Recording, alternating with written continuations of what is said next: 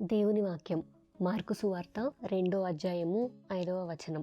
యేసు వారి విశ్వాసము చూచి, కుమారుడా, నీ పాపములు క్షమింపబడి ఉన్నవని పక్షవాయువు గలవానితో చెప్పెను. Mark chapter 2 verse 5. When Jesus saw their faith, he said to the paralytic, Son, your sins are forgiven you.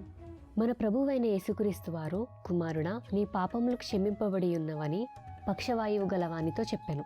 దేవుడు నీ పాపములను యేసయ్య మీద వేసి ఉన్నాడు.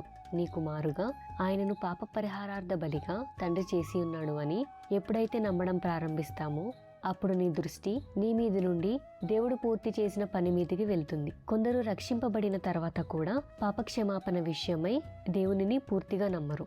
మార్కు సువార్త 2వ అధ్యాయము 10 నుండి 12 వరకు గమనిస్తే యేసయ్య మొదటిగా ఇక్కడ పాపములను క్షమిస్తున్నాడు. తర్వాత పక్షవాయువు గలవానిని నీవు లేచి పరుపునెత్తుకొని పొమ్మని చెప్పెను. తక్షణమే వాడు పరుపునెత్తుకొని నడిచిపోయాను. అంటే ముందుగా నీ పాపములు క్షమింపబడి ఉన్నవి అని గ్రహించినప్పుడు నీవు మేలు పొందుకొనుటకు అర్హుడు అవుతావు. తద్వారా స్వస్థపరచబడతావు. యేసయ్య నీ యొక్క నా యొక్క పాపములను 2023 సంవత్సరాల కిందనే శిలువ ద్వారా పరిహరించి ఉన్నాడు. కావున మనం శాపం, రోగం, లేమి నుండి రక్షింపబడి ఉన్నాము. దానిని ఎప్పుడైతే నమ్ముతామో అప్పుడు శిలువ ద్వారా కలిగిన మేలులన్నిటినీ చూస్తాము. I'm believing that I'm forgiven completely. Amen.